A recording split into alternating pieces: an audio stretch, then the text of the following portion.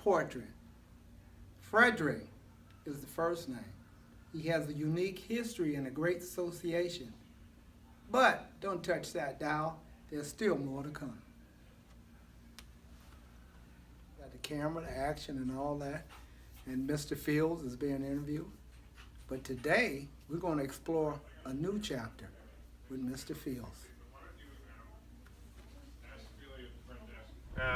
But prior to the creation of that station, the railroads concluded their westward journey, where Skid Row is today. So, a lot of the labor that day was seasonal, and so men would get off of the trains, and they were maybe been working on the harvest someplace, and they needed someplace to stay, and so all sorts of transient hotels sprouted up in that area. And then different Christian missions started to serve those folks. And other less reputable places started up to serve the folks as well. And that was the origins of Skid Row. So, Los Angeles' Skid Row today is called the homeless capital of the United States. Apparently we have more homeless on our Skid Row than anybody else, which is children, grandchildren. But it has all the ingredients. Cultural, food, and different people. So we're still in USA. All right, still walking around in downtown. The Skid Row area, still considered Skid Row, right? Keeping the old and keeping the new. Finding out the old and moving. This is the Cardinal Manning Center. This is St. Vincent de Paul Society's social services outpost in Skid Row, where we have a men's homeless program. A little side note is that Mother Teresa's charity ran this for a period of time. So Mother Teresa has been here. Walk through Skid Row. We made it to the Cardinal Manning Center. Yes, it is. And I'm with Silvia. Yes, I am. What do you do here? Making sure the operation runs smooth in the Cardinal Manning Center. Making sure that the center is open on time. Making sure that our residents, our clients, come into a clean place. And we have the usual, their TV, their drop-in hours for coffee, for pastries, and their needs. All right, let's do a walkthrough. Their needs. That's what they state as a nice information. I would say a nice statement for the residents and the clients. I believe you me, they like that. Okay. They like those. A bit of motivation and inspiration. Yes, and it does. All right, let me follow you and take me through. Here in the center, we open the center at 6 o'clock in the morning for the guys. They're waiting outside to have pastries, coffee. They have the TV on, they sit around, they relax. It's a relaxing moment for them. Now this is for men only? This is for men only. This is a all single men's shelter. And we have drop-in hours from 6 a.m. to 11:30 a.m. in the morning. While our residents are upstairs getting ready, have breakfast. And so what's upstairs? Our dorm area. We house 65 guys in the center. And how do they qualify to be a part of the dorm in the center? It's a process. Every first Monday of the month, they would have to come in for orientation. They go through an assessment process, information, and how they would have to come in, apply through an application, and be interviewed with a case manager. And they have to be single? They have to be single? Well, they don't have to be single, but they have to be homeless. I mean, we house single homeless men, yes. Okay. It's only for single men here, this particular center. Okay. The Hall of Fame. The Hall of Fame, our alumni. We have housed over 150 residents, and this is the Hall of Fame and the guys that have moved into permanent housing. Oh, that's beautiful. That's our goal, to house every single guy that comes through the center. So this is only temporary. You can't stay here forever. This is difficult for them, from the streets into trying to find a house and maintain all those challenges comes along, and that we have to help them work them out. So the Cardinal Manning Center in many ways is an oasis. Oh yes, for an individual that is, yes, for the homeless. So what's the average length of stay before one processes, on the average, what would you say? 6 months. 6 months? 6 months. I'm good. I see you. Well, All right, introduce me. I'm sorry, Ralph. This is Tyrone. Hello there, Tyrone. Nice to meet you. Legendary, the mayor. That's what they say, don't they? That's what they say. I got the certificate in my bag. I thought I better bring it for evidence. All right, get some of the viewers out there, Tyrone. Yeah, yes, that's honor. It's honor.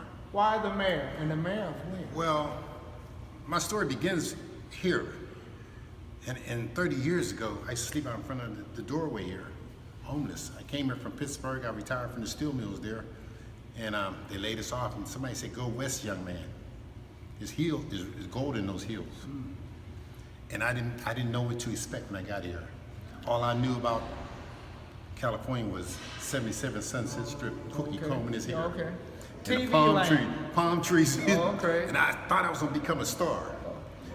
Misperception. No, we all are stars. Yeah, but see, mine went the opposite way because of my ideas that I wanted to mix in with other people down here. And I started drinking, and I started using, and I slipped into triple darkness. Okay, define them. And triple darkness is the darkness of the mind, the darkness of the body, and the darkness of the spirit. And it captivated and snatched me, took me from all my morals, all my values. I ended up homeless, hopeless. And I almost totally gave up on life. Amazing. So how long were you staying here? And I came here after I went into treatment, and I got some sobriety, separated from drugs and alcohol, and default some ideas that had to be rearranged, that I was able to listen. So cleared out your soul. Clear out the mind. Yeah. The mind was tore up, but I had the time to separate from drugs. It gave me a little bit of clarity. And I remember them talking about housing here at St. Vincent's. Okay. And I had never had an apartment in 20 years, so I said, let me try St. Vincent's. And I came here and I did 6 months in the housing here. I had some beautiful people rally around me, and I called my new network of friends. Okay.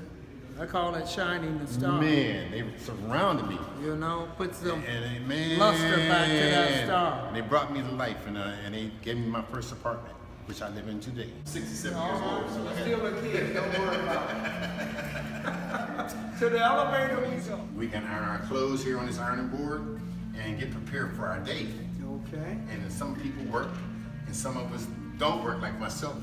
So I surround myself with treatment and helping people on Skid Row. So now this is the dorm. This is the dorm. This is the sitting period where we sit and we can eat and communicate with others. And it's good to have this so we get to know, because over there, we don't get to know people too much because we're in our own little world. Yeah, and we try to stay. You have a locker here, You over have here. a locker for your clothing, and they try to keep it not too much. Keep Because it you know, simple. we homeless, you know, we like to hoard a lot of stuff. Yeah, hoard. Yeah, so they keep it limited to maybe 2 bags. Okay. And they get your locker and put your stuff in. And the rest of the beds is, man, sleeping on the concrete like I had there for 20 years. This is Arthritis sets in. arthritis, my back's problem. That's why I don't want things happen. But this is like a big relief. This is when a lot of people don't want to be bothered. Yeah. So you have to be very, very delicate when you come in people new, because you know you're gonna spook them. Highly sensitive. You're very sensitive. And dealing with isolated too. okay, mental issues Mental, also. a lot of issues. You don't know what the person's going through, so we tend not to. So you just let them make make that that slow approach, and they may need something. I may offer a pair of socks. So you have to be at the point to accept help. Be open-minded and willing for the help. See, they say when the student is ready, teacher will appear. Right. I believe in that very much so. All right. It's cause. Okay, now I'm looking at a mural over there, and what seems to catch my eye Yeah. is all the eyes that are looking. Yeah, looking at you, and don't be afraid of them looking at you. And it seems a lot of the homeless people, they look down when they talk to people. Look up, look at them, look at your person, look at them. You know, that's what I had to learn to do. Quit looking down, talking. Raise your spirits. Raise your spirits. Stand tall. There's a heavy concentration of homeless people down here. Now, I would advise that you come down here one morning at 6 o'clock in the See morning. the flow. And when you see the people that are, coming out from their sleep and having been here overnight, you would not think that you were in the United States of America. You would think that you were someplace else. You would think you were in some little shanty town somewhere. You would not think you were in the United States of America. It's even today, Yeah, I'm sure you've seen some of what's going on out there. I mean, it's very Just very, the tip of the iceberg. yeah, just the tip on of the the Monday. iceberg. And you know, there's it's very very sad that we can't do more to help people that have to live in these conditions. Imagine the Cardinal Manning lived there, and he would come walk here on Skid Row and try to and interact with the homeless. So we decided to call this the Cardinal Manning Center. Okay, so what touched his soul to make him want to walk amongst the poor, support? Well, you know, it's interesting because sometimes we have priests that come down here and visit us, and I walk through Skid Row with them, and I lose the priests because they're blessing people along the way. Because the people down here are looking for some type of spiritual uplifting thing that can help them out of the conditions, and when they see the priest, they think, well, maybe this is it. Maybe this is the blessing? Yeah, you got the cardinal with the hat on. Maybe Yeah. it's like maybe this is the ultimate blessing, where maybe this is what I'm looking for in my life. So I think a lot of people want to change their lives, but they don't know. You know, there's a lot of mental illness, there's drugs, there's alcohol, and people get caught up in it. It's very, very difficult to work your way out of that. So I think he probably had a very profound impact when he came down here, meeting with the people, praying with them, blessing them, and giving them something that they could leave with to feel like it's going to make a change in their lives. Okay. When you have the alcohol issues and the drug issues, regardless as to what caused that creates a whole nother set of circumstances. Post-traumatic stress? Well, yeah, very good, very good, very good. Yeah. Defining homelessness is a little bit more than just a physical place to go to. Correct. No, you're right. It's a condition. It's a condition where you don't know how to work your way out of that. So we will work with that person to give them what they need to work themselves out of the homelessness situation. It's not an easy process. It's not an easy process, but we will work with them 6 months to a year, and then the key things, we work with them after that. You know, so we may work with them once they're in housing. So this year, and I don't know if that's come up yet, but we've actually found housing for 50 men. Yes. Which is significant. I forget how many chronically homeless there are, but 50 is 50. What's your name? Keith. Now, They call me Hollywood. Keith, they call you Hollywood. What Right. can you say about this place? How do you like it? It's good. It's beautiful. It helped a lot of people. Perfect. Helped me too. You have a good day, Hollywood. All right, now to the viewers out there, if you wanted to leave them with something that they should know, what would it be? About Skid Row, or in general, I would say, you know, that to come down here and then take a look. A lot of people, you know, you don't realize how bad it is down here. When these students come, they say it's like a third world country, and it shouldn't be happening, you know, in the United States, and it is. And I would say, you know, come down here or write to politicians and get the support of your politicians to come down to do some work down here, because there has to be a resolution. You know, this has been going on way too long. And maybe that's the key part of what you said.